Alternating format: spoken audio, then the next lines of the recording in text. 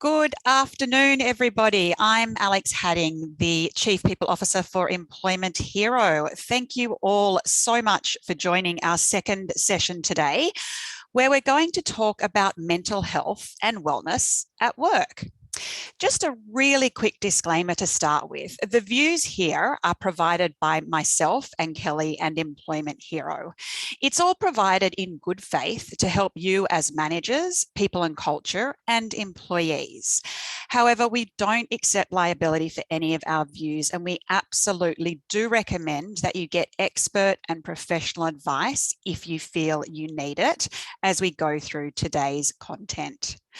So for the agenda, we're going to be having a chat about mental health in the workplace. First, I'm going to briefly go through the latest findings from Employment Hero's Wellness at Work survey that we have done this year in 2022. Then we're going to hear from our expert speaker, Kellie Lewis. And finally, we'll do some Q&As. So welcome to Kellie, and thanks for joining us again today. Kellie is a registered psychologist and the co-founder and managing director of the Mental Health Project. She's also a prominent mental health and wellbeing expert. Kellie has 30 years experience in the mental health space and has led countless leaders and teams in creating positive impacts through building mental health knowledge and skills in the workplace. Welcome, Kellie. It's fantastic to have you with us again today. Thanks so much, Alex. Great to be here again. So before we hear from Kellie, I would like to take you through the findings that our insights and research study found through our Wellness at Work study. We released it last week, and I'm sure that we're all so conscious of the impact that the last few years have had on all of us. What our survey has found is that those impacts to mental health and well-being are very much still being felt widely and deeply amongst everyone, making today's conversation just as important, if not more so, than those we have been having over the past 2 years and during the pandemic. So we here at Employment Hero surveyed over 1,000 employees in Australian businesses, and we found that many are still struggling with burnout, mental health, and well-being. We found that over half of Australian employees are struggling with burnout at work, with 53% having felt burnout and fatigue in just the last 3 months. Even though half of the respondents indicated burnout, they do feel that they are doing meaningful work, which is fantastic because other studies that we've done have found that throughout the pandemic, meaningful work and people looking for purpose in work is really important to them. So 72% of our respondents said that they felt that their workplaces accepted them for who they are as a person, which is great news for all of the efforts that we're making in diversity, inclusion, and belonging. And it's a massive influence on the overall well-being and happiness of our employees if they do feel that they can bring their full selves to work. We are still seeing the effects of the pandemic in people rethinking their careers and the importance of their careers. 35% of Australians indicated that COVID has decreased the importance they place on their careers. And one of the key takeaways is that it pays for a business to focus on well-being and wellness. 63% of our respondents said they were more likely to be loyal to their company due to their commitment to wellness. So we should be investing in it as businesses, employers, and leaders. We had another finding, which may be unsurprising given the current cost of living impacts that we're all feeling. 56% of our workers said that they are really stressed about money and their finances, with females slightly more likely to be stressed about their finances. These insights tell us that it is still so important for us as HR professionals and business leaders and managers to continue to focus on mental health and well-being. The effects of the last 2 years are being widely felt. If you want more information on our findings and our Wellness at Work report, you'll find it on our website. For now, though, I'd love to hand over to Kellie Lewis to talk about all the things you need to know about mental health at work. Over to you, Kellie. Wonderful. Thanks, Alex. Some really interesting findings which lead really well into what we therefore can do about promoting positive mental health in the workplace, reducing stigma around mental illness in the workplace, because we do know of its prevalence. I'm sorry to interrupt, Kellie, your camera's off. Just if we could see you, that would be wonderful. Thank you. There we go. Is that better? Much better. There you go. So thank you, Alex. If I could have the next slide, please, Julia. As for those who were at our first session a couple of weeks ago, sometimes talking about mental health can raise issues for individuals as they listen to it. So if that is the case for you, Lifeline is a great resource to seek support in a confidential way. And that can be support that's provided to you immediately. And they're also great at providing what other options there are for you in the community. So Lifeline can be contacted on 13 11 14, as of course for any of your workplaces who have EAP or other support services in place, reach out to them. The next slide, please, Julia.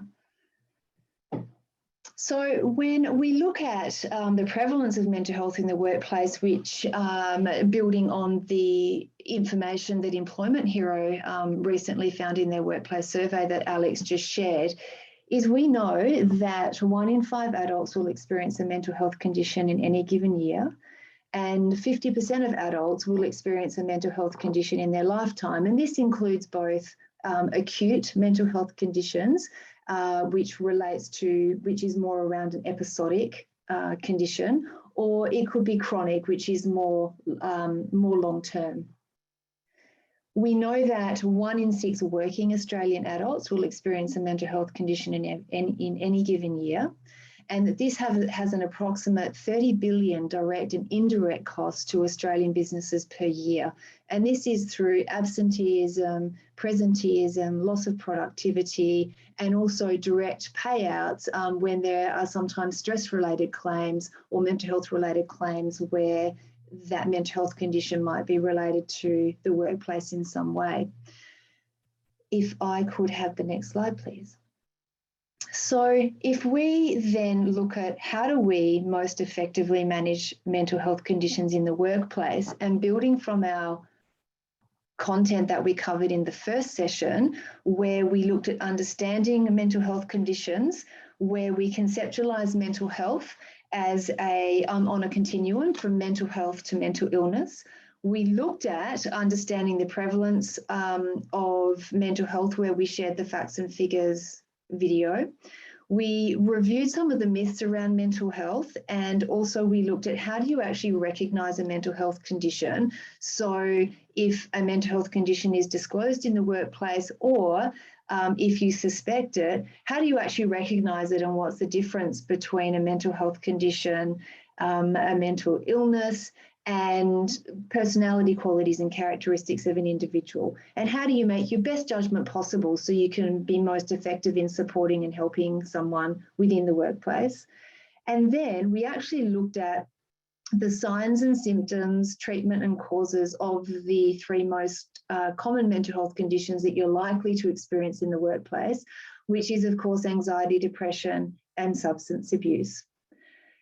And so if we are dealing with any of those mental health conditions in the workplace or other related ones, it's really important to understand how do we as employers, as leaders in the workplace, actually know how to best manage these mental health conditions in the workplace.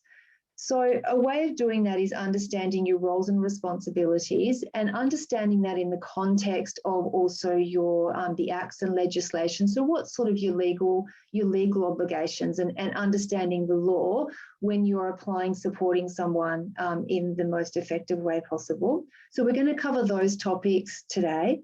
And then we're going to spend quite a bit of time on how do you actually have an effective conversation with somebody in the workplace if you are dealing with a mental health issue, and how to deal with some of the tricky issues that might arise are the two topics that we are going to cover off on today. So how do we, what are the important things to know in understanding the law? So there are 6 key areas of the law that are related to managing mental health conditions in the workplace. And it is important as a leader to understand that. So not only are you from a human resource support, ensuring if you've got a great health and wellbeing culture that you want to support someone as best as you can, combining that, I guess, more sort of moral obligation for that support. How do you combine that with ensuring that you are complying with all of the appropriate acts and legislations with mental health? And that's for a couple of reasons. Obviously, it helps guide you as a business in making the support decisions. And it does, of course, help manage your risk as a business to ensure that you're not making any decisions or working with people in the workplace that have a mental health issue in a way that's not compliant with workplace health and safety legislation. So when we're looking at Australia, we have the Workplace Health and Safety Act. One of the interesting things about the Act to understand, which is sort of, hundreds and hundreds of pages long, but as it applies to mental health, the key thing to understand is that the Workplace Health and Safety Act does apply to psychological issues in the workplace. And fundamentally, what a workplace is required to do to ensure that there is a healthy and safe environment. But traditionally, what that applied to was a physically safe environment, to make sure that there was PPE available, to make sure that there were processes and policies in place to ensure a safe workplace from that environmental and physical perspective. However, what a lot of people don't understand about the workplace health and safety legislation is that it does explicitly talk about the need to ensure that you're also providing a psychologically healthy place to work. And that is a whole other topic in and of itself, and how do you create that culture and create those things, which is not today's topic. However, just to know that when you are dealing with mental health in the workplace is that you do, as a workplace, as an employer, have an obligation to ensure that you're providing a psychologically healthy place to work. The other important area of law, I'm still staying on that slide, thanks, Julia. The other important part of the law to understand is reasonable adjustments. For those who are in HR or have been in leadership positions for some time, you may have come across the concept of reasonable adjustments. As it applies to mental health in the workplace, is if you are working with somebody who has a mental health issue, you are required by law to ensure that you're providing reasonable adjustments to that person in the workplace. This can be done in a formal sense, in that there's a diagnosed mental health condition, perhaps there's been an independent medical examination, perhaps there's been a return to work plan so that there's a GP involved or other specialists such as a psychiatrist or a neuropsychologist or a neurologist. Those independent medical examinations can be really helpful in helping provide guidance on reasonable adjustments. So often people are dealing with reports in this space to help guide on those reasonable adjustments. Sometimes it's more done in an informal way where there is some mental health issues, diagnosable or otherwise, and you're wanting to create reasonable adjustments in your workplace for that employee to help them in their role. And that could be just short-term reasonable adjustments that are required, or it might be more longer-term ones. The important concept around reasonable adjustments is that they are required to be considered with respect to mental health, but those from a legal perspective, what those reasonable adjustments are going to be very different for different workplaces. So what is reasonable for a small business of 6 employees might be really different to what's reasonable for a workplace that has 1,000 employees. And what's reasonable is also going to depend on what are which then leads into this next point, the inherent requirements of a role. So if the inherent requirements of a role preclude someone for whatever individual reasons that might be from engaging fully in their role, and reasonable adjustments aren't going to accommodate for that, then it may be other options that need to be considered. So this might be placement in a different role, but again, only if that's reasonable. So if a different role within the workplace is actually available, then that can be reasonably considered. However, if it's not, then it may be working with that employee to look at employment options outside of your workplace, and doing so in a really in a supportive, professional, respectful, appropriate fashion to work with that employee. If a employee can't meet the inherent requirements of the role, and you're working with what you're required from a legislative perspective and what you're required to do from a discrimination legislation perspective, and also Commonwealth industrial law, is make all reasonable efforts to find alternative employment with that employee. Discrimination legislation is important to consider when you're looking at mental health in the workplace. So essentially what discrimination legislation as it applies to mental illness is that you are not able to discriminate against someone based on their mental health requirements or mental illness. And so this is where you need to really work at getting the balance right between not discriminating against someone for their mental health issues and various compensations that might need to be made for this in the short term or long term, through working through those previous points around making reasonable efforts to make reasonable adjustments, and understanding what the inherent requirements are and what adjustments for those roles and responsibilities can be reasonably made. And if you can't do that, you're not necessarily discriminating against someone with mental health if you have made, as an employer, all of those reasonable adjustments.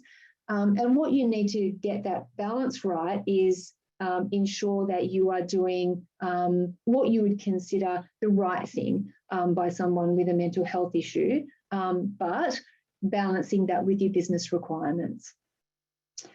The last one to consider here is privacy obligations. Sometimes this can be a really tricky one in the workplace, because an employee may come and they may discuss their mental health issue and want to seek support. And for you, maybe as a leader or in HR, perhaps you need to seek support yourself to assist that employee, as an example. So let me just run a little case scenario here that often surprises people when they're in the workplace dealing with mental health issues. Is by virtue of being in the workplace, it does not mean that somebody's personal information and their mental health information can be discussed beyond what that person has spoken to you privately. So if you're a leader and one of your team members has come to you to discuss this, you are not, unless you have expressed permission to do so, actually able to go and talk to HR about it. So it's not by default that you can say, oh, look, Kellie Lewis has said that she's got diagnosed depression and she's got some recommendations from her GP, and there are ways that we can really reasonably work with her in the workplace. So if you need assistance with helping me in that scenario, you actually need to seek permission from me to work with HR on that. Another really good example is if you're talking about, let's say it's an executive leader who has a mental health issue and that's been disclosed. It's not okay to talk about that at executive leadership team meetings or board of director meetings without the express permission. So say that's me as the executive leader, without that express permission. Can you talk about that without talking about details? Absolutely, but you can't expressly share personal information. So it's really important to remember your privacy obligations within the workplace, whether you are a leader, whether you are in HR or a leader in HR, or if you're just a colleague in the workplace and someone's talking with you about that. So it's a very sort of complex area, and that's just a bit of a sort of 10-minute snapshot around it. So let's just go to the next slide, Julie, where I'll then talk about, in the context of understanding the law in mental health, in dealing with mental health and wellbeing issues, what are some of the fundamental rights and responsibilities? One of the really helpful ways to conceptualise the rights and responsibilities of the organisation, the manager and the employee when you're dealing with a mental health issue is to consider it a joint responsibility. So where the organisation, the manager and the employee are all working constructively together to deal with mental health issues in the workplace, to deal with a specific issue that might be being dealt with an employee, it always works best when everybody is working together with understanding that it's everybody's right and responsibility. So this particular slide will actually be shared by Julia, so please don't feel the need to take notes or anything, because this is often a really helpful slide for people. And also to take to meetings to educate some of your staff around it. And I'm not going to read it all word for word, but I'm going to highlight a couple of important points. So the first one is that from a business risk perspective for an organisation, the starting point in terms of responsibility is to ensure that you've got appropriate organisation and policies and processes in place for mental health. And this is very much reflective of the size of your organisation, what is going to be a policy and process in place for a small business is going to look very different for a large business. But I do encourage even small businesses to have fit for purpose policies and processes in place for mental health, because when an issue does arise, it's really helpful. And the way that Fair Work Australia look at it, the way the law courts look at it, is if you've got if you've got effective policies and processes in place that are compliant, then you can actually then have, when you're dealing with it, and if you're then dealing with a mental health issue and you're dealing with it in alignment with your organisation's policies and processes, then you are ostensibly doing the right thing.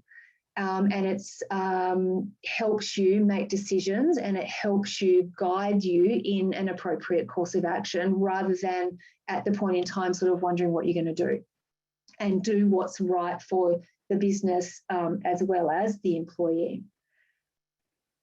Linking into what I said before is that it is really important from an organisation's perspective to provide information and training on supporting mental health in the workplace, whether that's face-to-face training or at the Mental Health Project, where we have our online e-learning that is that covers all of these topics, is actually providing the learning and development to your workplace around how to deal effectively with mental health conditions is really important in terms of support, appropriate support, and managing that risk. From a manager's perspective, under workplace health legislation, there is actually inherent requirement for a direct inherent responsibility for a manager in the workplace to reach out to anyone who may be struggling with their mental health, and also to support them in terms of the short-term or longer-term, if required, exploration of reasonable adjustments and return to work plans. Often when managers and organisations are doing this, again, getting independent guidance on this, either through a GP, through your own internal chief medical officers, for example, for those larger organisations, or through requesting return to work plans and independent medical assessments can be really helpful, independent guide in terms of how you might support someone. And it is also a manager's responsibility to have a competent level of knowledge, hence obviously why many of you are attending today's session, and why many organisations implement workshops and e-learning programs, for example, around this, to ensure that a manager has the appropriate knowledge and the appropriate skills and the appropriate confidence and frameworks within which to support somebody. Then from an employee's perspective, as long as it's not compromising health and safety, so mining and resources, construction, factory work can be examples where there may be a requirement to disclose mental health conditions if they do impact the capacity for someone to work. Doesn't mean you can't necessarily do the work, but from a health and safety perspective, if you're on medication, for example, or if you've got some addiction issues, that you might need to disclose that to ensure that various things can be put in place to support you if health and safety, either physical or psychological health and safety of anybody else in the workplace is compromised. So whilst they do have the right to withhold the information, it is not if physical and psychological health and safety is compromised within a workplace. An employee also does have a responsibility to take positive steps. So where the culture of an organisation is supportive and constructive and has really good policies and procedures in place and a willingness to look at the inherent requirements of the role and to look at reasonable adjustments for a short or long period of time, it's really important that the employee also has a sense of engagement and responsibility to take positive steps to address their any challenges and the issues that have arisen as a result of the mental health condition that they're experiencing, to do so really constructively. And sometimes there can be challenges in place where maybe the organisation or the manager doesn't have the knowledge or doesn't have the culture or doesn't have the skills to constructively engage with the employee. And conversely, maybe the employee doesn't have the knowledge or the skills or the confidence to constructively engage in the workplace. And that can be tricky in both ways. And so it is important that the employee does take those steps. And unfortunately, when that doesn't happen, which I'll get to in a moment, that you need to, I guess, understand, well, what are those next steps if you then have to engage in performance management? But I'll talk about that in a moment. So that's all I'll cover on this side, Julia. So we'll jump to the next one, knowing that there is more information available on that. So as I said, one of the tricky things that can happen, we can just jump back to that one. Yeah, thanks, Julia. One of the tricky things that can happen when you're dealing with mental health in the workplace is, despite all the best efforts of all parties, or maybe there's not best efforts of all parties, you may end up in a situation where there's performance management required, and that performance management includes a mental health issue. And it can be really tricky for HR and for managers to know what to do in those situations. And likewise, it can be really tricky for an employee to navigate performance management, which is stressful in and of itself, even if you don't have a mental health condition. But if you do, and maybe the performance management issue isn't related to the mental health condition, but it's a trigger to exacerbate it, can often happen, or the mental health condition has created the performance issue, which has then resulted in a performance management issue. So it's gotten to the point, let's say, despite everyone's best efforts, that there's a performance management consideration or plan that needs to be put in place. So when you are dealing with mental health conditions, because of what I just said before, and performance management, it can be extra trickier than it normally is anyway, right? For everyone with performance management. So some of the key things to remember with respect to it is, if you suspect that there is a mental health condition involved in the performance management, or in the performance issues, but it's not been disclosed, you are allowed to from a legal perspective, and also if you from a right thing to do perspective, you are allowed to ask a question of somebody in the right way if there are mental health issues involved. They're not required to tell you, but if you have a reasonable, a rational, logical reason to ask somebody, then you absolutely can, but they also have the right to choose not to disclose that. Either way, if you do suspect it but it's not disclosed or it's not confirmed, the recommendation really is to manage the performance issue with that assumption in mind, so that you can still explore it in a way that is respectful of the mental health issues that may be there. If an individual has disclosed there's a mental health issue, then you can obviously more openly talk about the impact of those mental health concerns on performance and consider that in a more direct way when you're moving through performance management. The other recommendation is, like with anyone who's going through performance management, is to ensure that there's access to support, either internal or external to your organisation. More often than not, these days people have access to EAP. Or if you don't, you encourage that person to seek support from their GP. The third thing to remember is that when there is a mental health issue and it has moved towards more your organisation's performance management process, if ultimately, despite everybody's best efforts and despite making some adjustments, reasonable adjustments to roles, despite support being provided, if fundamentally it's the inherent requirements of the role or the performance expectations aren't being met, it may need to move to a discussion where the end of employment for that person is an option. And if that is an option, just like with any other employee, because it's a difficult time for anyone, it's important just to keep in mind that you're providing ongoing support to that individual and ongoing follow-up to ensure that they're providing the support that they need if end of employment does become a consideration.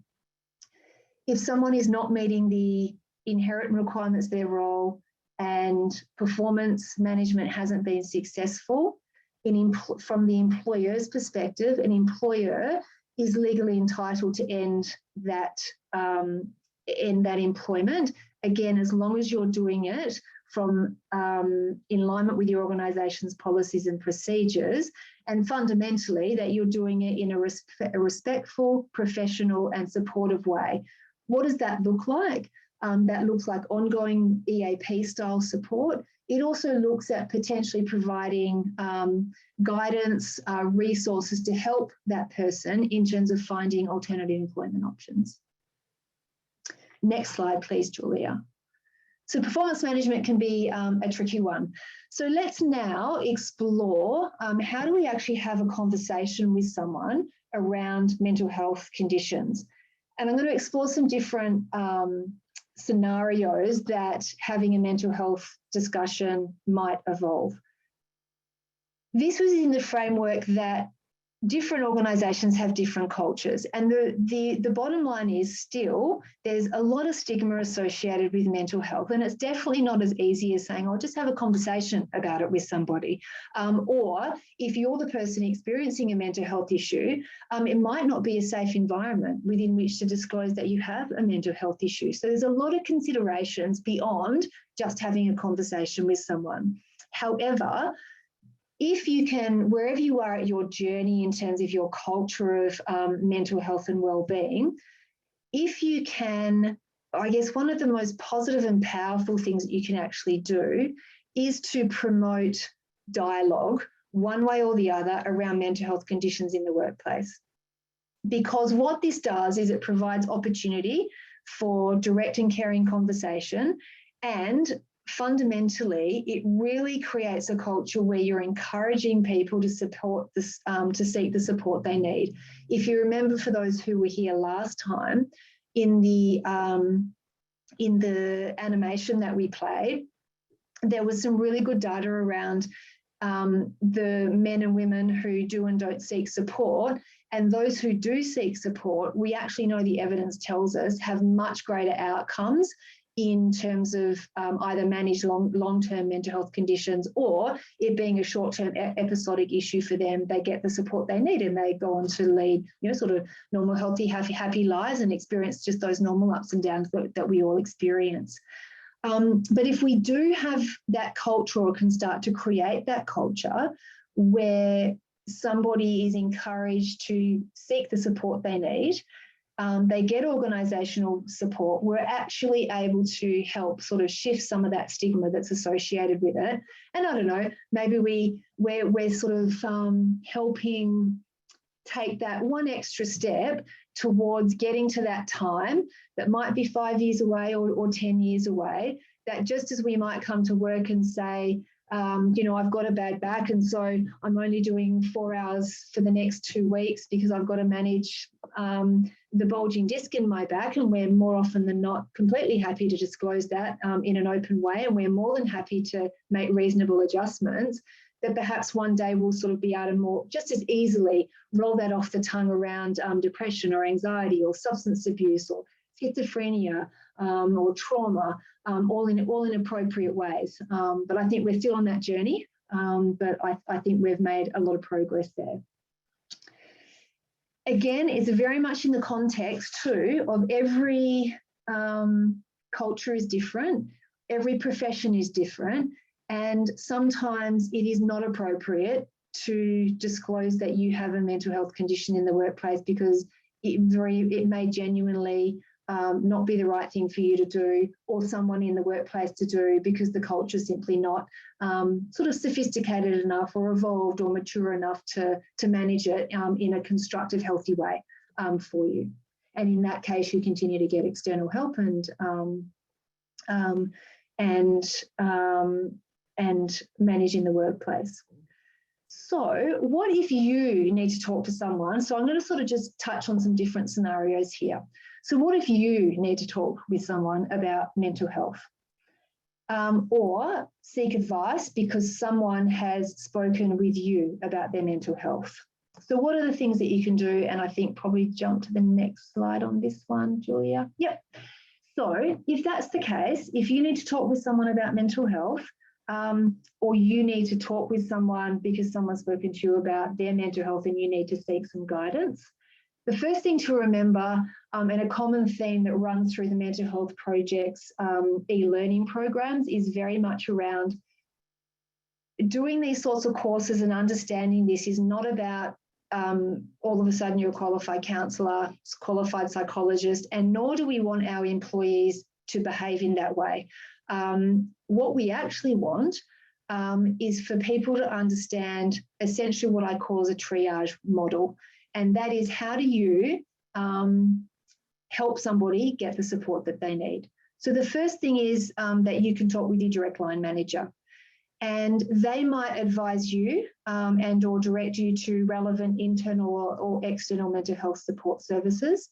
And the benefit of talking to a line manager, if you have that appropriate relationship with them, and as we know, it's always great if you have a really trusting relationship with your direct line manager, but the brutal facts are that sometimes we don't. And so it wouldn't be appropriate in that case to talk with your direct line manager.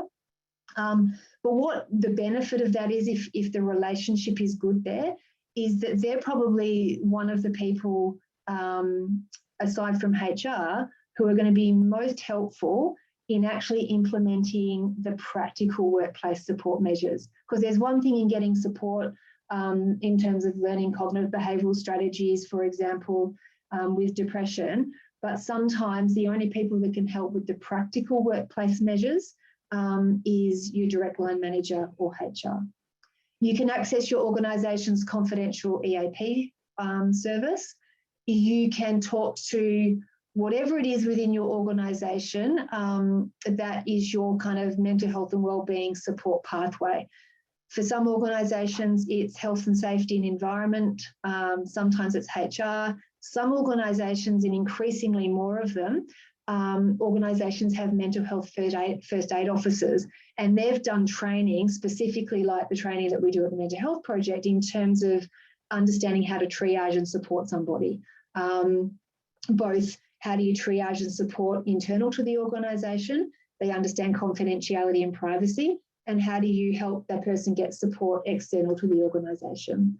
You can refer someone to, you can go and talk about your situation with your GP and discuss it with them.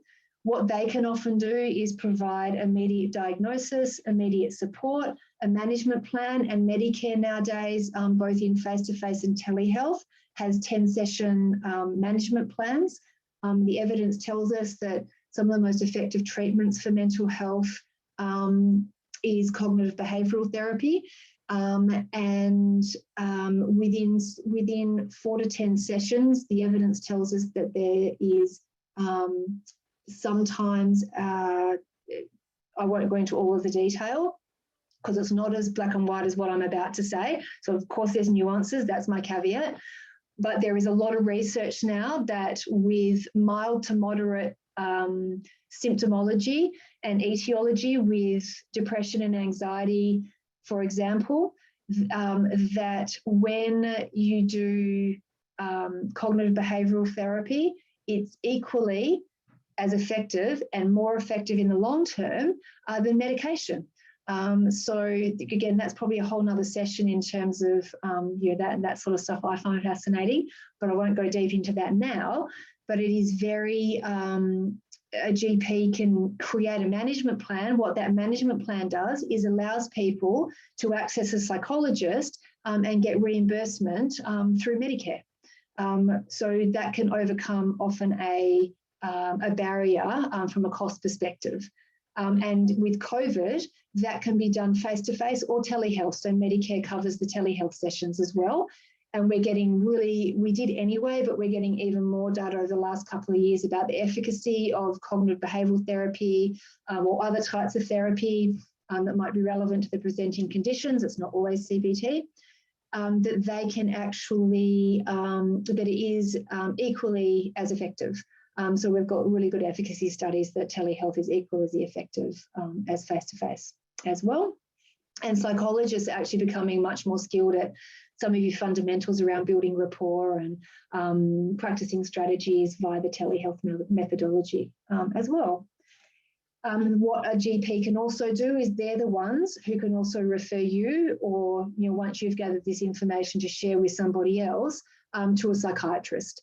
And they often can refer you to the right psychiatrist, because not all psychiatrists are equal in terms of the presenting conditions and the best psychiatrist to go and see.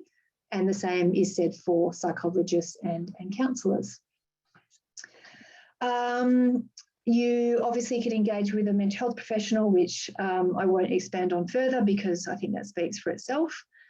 And perhaps if you've got a trusted family member, friend or mentor, perhaps they have some professional qualifications and they're the right sort of person to talk to. They're always a good support a good person in your support network. Maybe from time to time you get a bit of free advice doing that as well, if you've got the right person to tap into. Next slide, Julia. What about if you are talking about yourself? So if you're talking about yourself, the first thing, which as I alluded to before, is you have to first decide whether disclosing your mental health condition in the workplace is the right thing to do. And only you, with perhaps discussing with a trusted friend, a trusted colleague, a trusted HR professional, if you feel that that can be appropriately managed from a privacy perspective. So you've got to make that decision who that trusted person is, inside or outside of work, or just with your own self-reflections, firstly deciding whether disclosing in your workplace is the right thing to do. If it is the right thing to do, the first thing is to, first and foremost, I guess, not worry too much about getting it perfectly right. one of the really great ways of opening conversation with some of these really practical steps here is firstly to prepare who you're going to talk to, making sure that there's a private space for you to talk in, enough time for you to talk in. And then sometimes it's really tricky to open the conversation. So in this case, I've provided some specific examples here on the screen about exactly what you might say. Again, Julia will share this, and so please don't feel you need to write it down. But some of these openers can, I guess, help the conversation go in the right direction and help you say something when you just don't know what to say. It's like, okay, well, I want to disclose, I've decided I'm going to disclose it, but, you know, like, what the hell do you say? Here's some ideas here about what you actually can say. One of the things that can be helpful when you're disclosing this yourself is that you might want to say something like, I don't know, like in addition to what I've got here, is often saying something like, you know, I don't know how this conversation is going to go. I haven't fully got this conversation planned. Can we just muddle through this together? That strategy of sort of just disarming and being vulnerable can really help the conversation go smoothly, because if it doesn't go smoothly, no one's expecting that it's going to be perfect.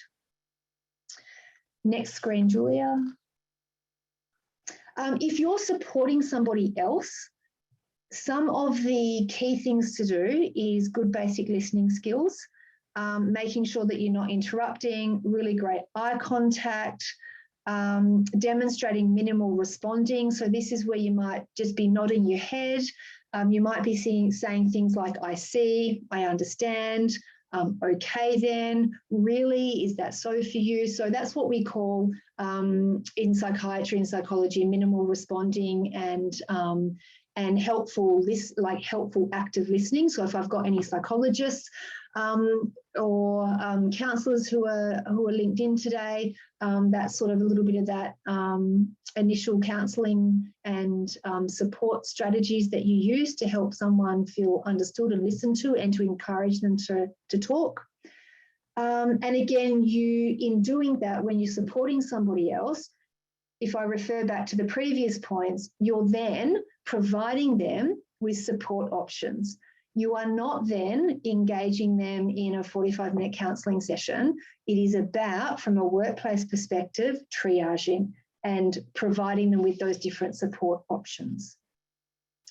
What you also might want to do is, if someone is coming to you for support, is seek their permission to touch in with them at a future juncture, where you might say, is it okay that I check in with you because you've raised these things and I want to sort of check that you're okay in the future. If I can have the next slide, Julia. Okay, so one of the tricky things when having a conversation with someone about mental health is when I guess tricky situations happen. So we can plan, we can have all the cool things to say, and let's say, however, you in this situation, if you are talking to someone to offer them support and they don't want to talk to you, or they won't accept the amazing support that you're offering them, that you're providing them with the EAP information, and they don't want to accept the support. The important thing to remember here is, just because you reach out to somebody with their mental health, it doesn't mean that your support's actually wanted. So if this does happen, the key things to do is let them know that you absolutely don't want to intrude on their personal life, only that you want to encourage them to seek support if they do have some issues and some concerns going on, and that you just want to provide some information around EAP should it be helpful.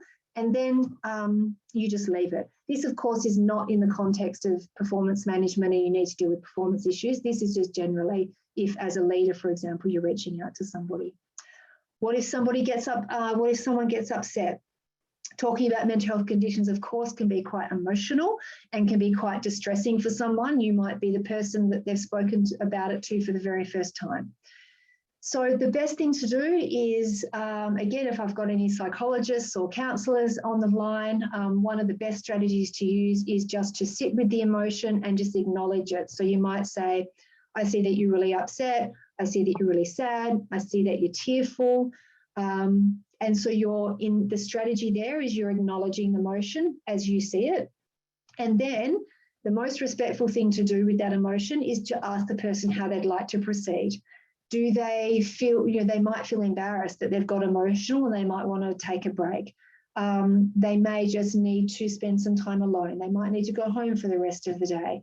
It might just be sitting with it, having a glass of water, taking some deep breaths is really helpful physiologically, and then continuing on with the conversation to explore the mental health challenges, the life issues, the work issues that they might be experiencing. The last one is, what if somebody comes to you or you talk to them and they disclose about taking their own life, that they had tried to take their own life or that they are thinking of taking their own life. This is, I guess, a strong disclaimer here. This is not a full session on how you work with someone around taking their own life. However, if you are in the workplace and do have conversations, it is helpful just to have a couple of things up your sleeve in terms of if someone talks about taking their own life. The first thing for yourself is to just remain calm and to explore the individual's intention directly and non-judgmentally. So the research tells us that if you explore it directly in a non-judgmental way, we know that that's the most effective approach. Ignoring it is not effective. Thinking that by asking about it or exploring it is going to therefore mean that someone is more inclined to take their own life. There's no evidence to suggest that. As I said, the evidence to suggest is that to explore it directly and non-judgmentally is in an objective way is the most effective evidence-based strategy. You listen, take all the time that it needs to listen. You are gaining a commitment from them to seek support and providing direct details from them to get that support. If you feel someone is of an imminent threat to themselves, this is where privacy no longer matters. So if they're an imminent threat to themselves or somebody else and they have a clear intent and an actual clear plan, that is when you do call emergency services, and you don't hesitate to do that. So you're calling 000 in Australia and you're getting that person the support that they need. If it's the wrong call, then the worst that's going to happen is it's the wrong call. However, when you have a clear intent, beyond just like an idea or it's a way that that person's expressing their emotions, when you've gained a clear idea that there is that clear intent with a clear plan, that is when you would call emergency services. Then, of course, you need to look after yourself and debrief with someone afterwards, again, whether that's EAP or a trusted colleague. Can I just jump to the last one?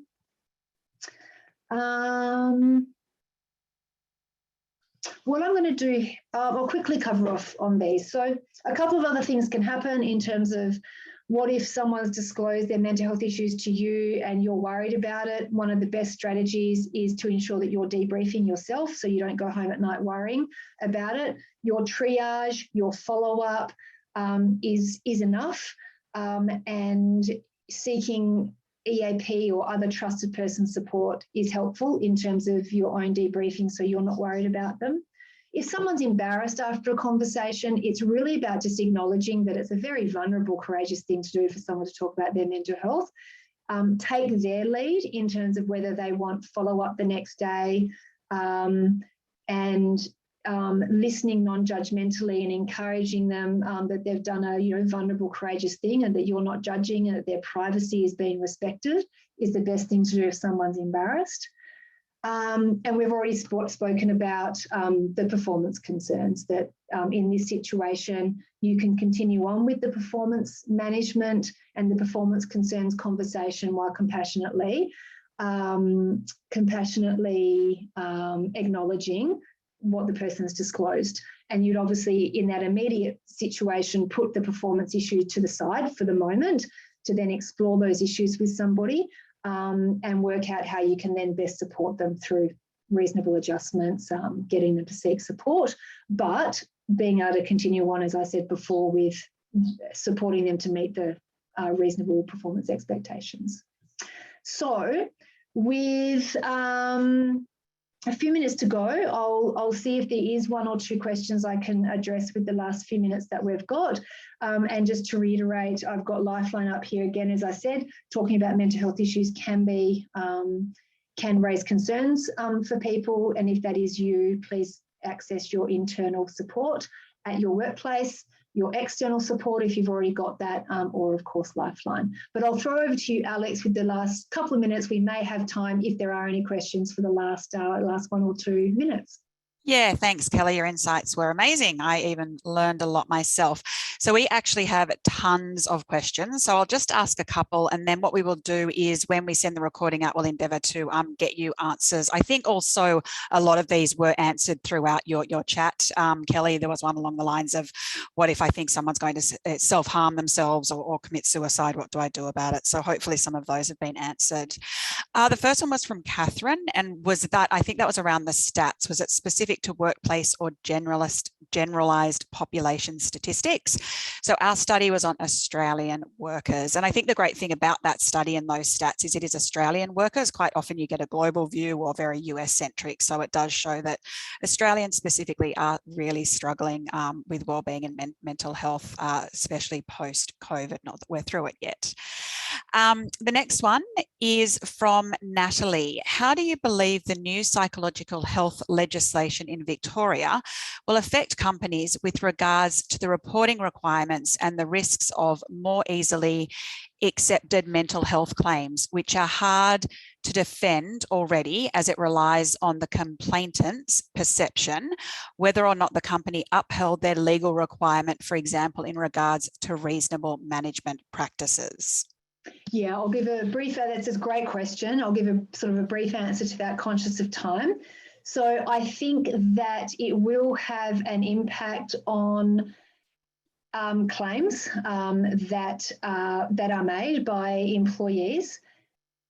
The important thing for workplaces is ensure that you have compliant alignment with legislation, policies and procedures in place. And if you have those in place and you have followed them, then your position is more defensible. Also, it is often really linking to a point that I said before, one of the really helpful avenues that you can go down where there is a dispute and it's gone to dispute is to get an independent medical examination, because that is a non-treating specialist in the area who can, in a very balanced way, look at the workplace, look at the individual, look at predisposing factors, look at the workplace culture, take those things into consideration to then help with decisions around that. Hi, Kellie, and hi, everyone else on the call. My name is Julia. I've been running the background here for us. I just had a quick question on behalf of an audience member who sent through an email prior to today's session. And she was just wondering, you know, a lot of this advice is fantastic, but it's more advanced, I think, than some might be at. And so the question was, you know, for a very small company, you know, where do they start with mental health in the workplace? What would you suggest is like, you know, the best piece of advice that you could give people if they've got nothing in place, so no EAP, no policies, no best practice sort of guidelines? Where do they start with all of that? Great. So you can, the first place would be to, and I hope this isn't going to be stating the obvious, but you would need a fit for purpose policy and procedure in place. Not one that's like this for a large organisation, but you can get off the shelf policies and procedures, and I'm more than happy for someone to contact us and I can help direct you with that. I would put EAP in place because it can be it can be really cost effective, and you put limits on it, so you can offer one session and it doesn't cost you anything. For lots of companies don't charge you unless it's utilised. And the third thing is, obviously this is our space, and you could do some really cost-effective e-learning where you've got your mental health awareness to raise knowledge and skills within your workforce, which can be super, super cost-effective. Even if it's only 3 or 4 people, they can jump on and do the e-learning, and you're raising that knowledge and skill, so you're managing your business risk as a small business. Thanks, Kellie, and thank you everyone for attending. Really appreciate it. We hope to see you at the next webinar. And again, Kellie, thank you so much for your time, your valuable insights. There is contact information there on the screen.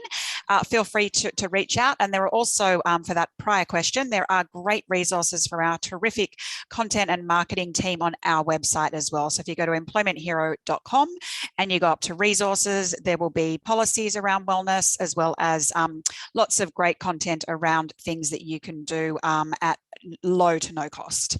So thanks, everyone. We look forward to seeing you at the next webinar. Thanks again, Kellie. Thanks, everyone. Bye. Take care. Bye.